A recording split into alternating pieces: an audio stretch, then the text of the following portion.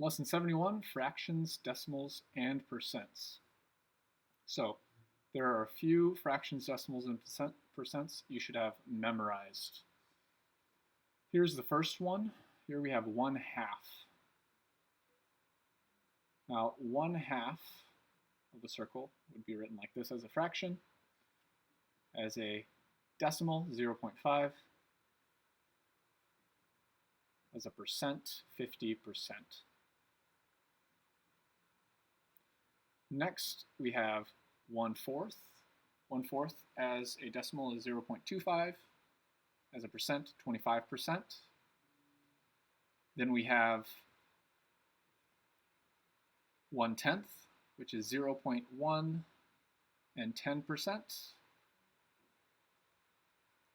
Then we have 1/3, which is 0.3 repeating, which just goes on and on and on. And then as a percent, 33 and 1/2%. Finally, we have 1/5, 0.2, and as a percent, 20%. And then lastly, we have 1/8.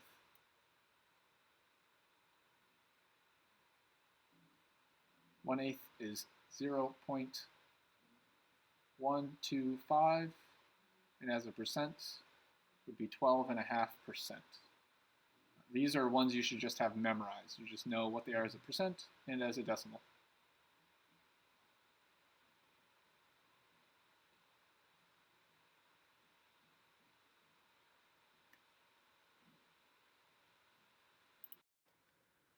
The fraction manipulative for 1/10 has 10% and 0.1 printed on it. Change these two numbers into fractions. Well, 10% would be 10 out of 100 because percent is always out of 100. And a 0.1 would be 1/10 as a fraction. If you fit three 1/10 pieces together, 1/10 plus 1/10 plus 1/10, you have what fraction of a circle? Well, 3/10, if you just add them up, it would give you 3/10. The decimal part would be 0.3. And greater than or less than 1/2, 1/2 is 0.5. So it would be less than 1/2. If you fit three 1/5 pieces together, you have what fraction of a circle? 3/5, when you add it up, it gives you 3/5. As a decimal, 1/5 is worth 0.2. And so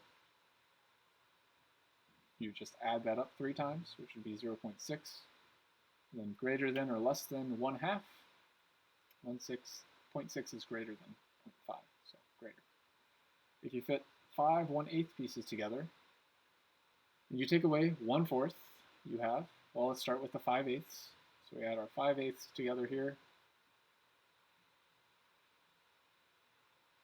5/8 is 5/8. Decimal part, each eighth is 0.125, 12.5%, 0.125. So what decimal part? I would just multiply 0.125 times 5/8, and then I would do my arithmetic and get my total.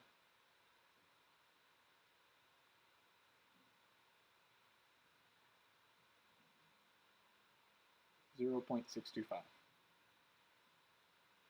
which is greater than 1/2. But here it says you take away 1/4. So 1/4 would be the same thing as 2/8. So I can just go ahead and take away 2/8 from 5/8. I'll change my color here. It'll give me 3/8. For the decimal part, I could just subtract what 1/4 would be. 1/4 is 0.25. So I'm just going to subtract 0.25 from 0.625. So 5 here, borrow,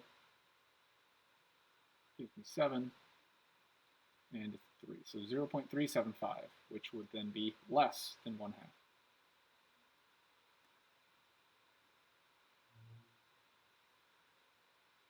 Here we have a few examples. I'll do some of them for you here. Like number 4, we have 8 tenths minus 4 tenths. Then we have 0.5. Is it greater than, less than, or equal to? So if I do my subtraction problem, it'd be 0.4. 4 tenths is the same as 0.4, so we know that that is less than 0.5. I'll do number 6 here. 0.75, and then you have 0.25 plus 0.25, which would be 0.5. So which is greater? We know that 0.75 is greater. All right, on to fourths. If you have 3 1/4 pieces together, you have what fraction of a circle?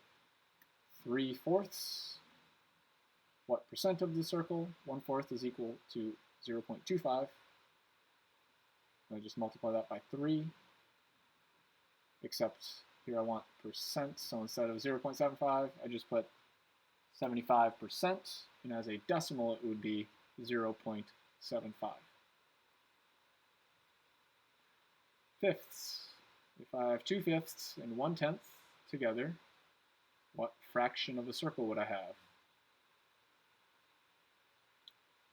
Well, I can change fifths into tenths.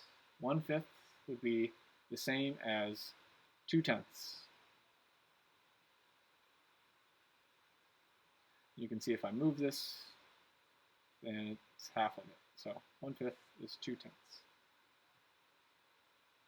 So now I have 2/10 plus 2/10 plus 1/10, which gives me 5/10. So what fraction of a circle would be 5/10? What percent of a circle? That's the same as 50%. And what decimal part? 0.5. Here we have your lesson practice. You also have letter D as a part of your lesson practice.